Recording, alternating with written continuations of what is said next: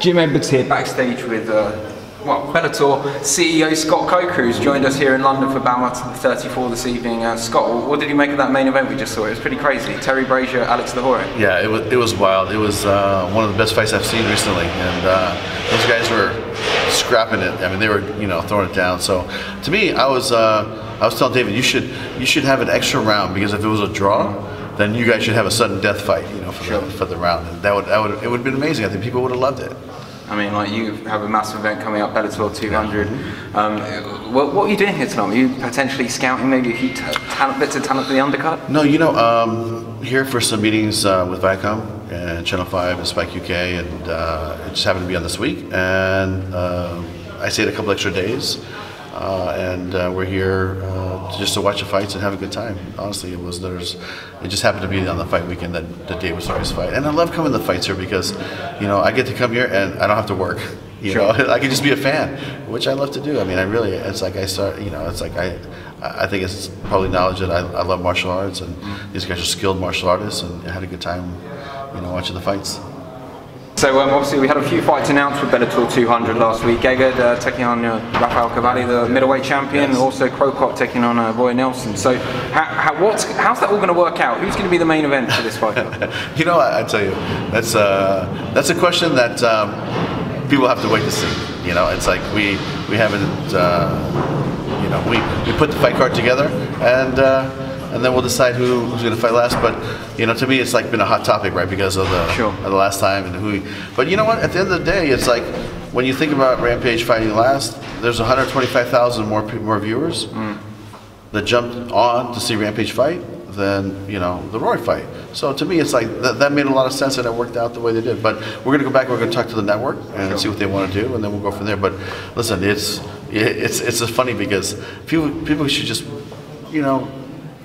watch the fights and enjoy the fights. I mean, it's like Gegard Mousasi, if he fights at the last fight, he deserves it, right? But hey, Mirko Cro Cop's a legend too, and so to me, it's like either one I'd be happy with. Let's talk about Mirko. Of course, since the announcement, there have been a few people asking and inquiring about the fact he does have a 2-year USADA ban, but we're obviously not seeing that through. And I guess from your stance, why aren't we looking at that ban and perhaps, respecting it? Well, here, I could get into the whole thing about that, but here's the thing: is like, look, Mirko fights in Rizin in Japan. Yep. And USADA has a relationship with UFC, and they're in Japan all the time. Why didn't they go after him 2 years ago when he started fighting for Rizin? Why is it a coincidence that he just this comes up because he's fighting for Bellator and our 200th event? And I mean, to me, it's like if you wanted to take action, you should have took action a long time ago. Because to me, honestly, we booked him. We didn't even know there's any issues, right? It's like, he's already fighting, so we thought he was able to fight. And listen, USADA works with the UFC. Sure. Right? They're doing their own thing. So, go do it. But, I just feel like the timing of it is a little bit, it's a little bit like questionable, right? Because at the end of the day, if you really wanted to enforce it, you should enforce it 2 years ago when Mirko fought in Japan. Yeah, sure. Another massive fight on that card is going to be MVP, the return of MVP eventually. Last, I mean, what does it mean to you to bring MVP back, especially to London market where he's absolutely loved? Yeah, I'd like to keep MVP busy. I mean, he's taking some time off, and he's had boxing, and he wants to continue to box. He wants to continue to fight MMA. And I think that we're going to try to keep him as busy as we can. And I think that this is a big card. I think he wants to fight Rickos on this fight card, and I think he's really looking forward to it, getting back into MMA. And it's my goal to try to keep him busy. And I mean, the guy should be fighting 3-4 times a year for MMA, because he's talented, and he's. Could be a big superstar in the sport. I mean, I was joking with you before we were talking about MVP versus Daley. I said it's never going to happen. You said never say never in this sport. Why hasn't this fight happened?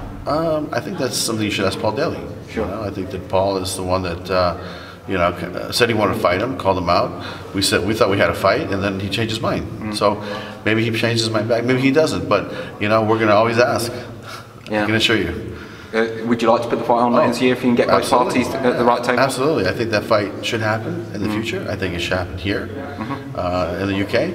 And we're working on a few things, though. I think we've been successful putting the big fights on, so I think it's just a matter of time.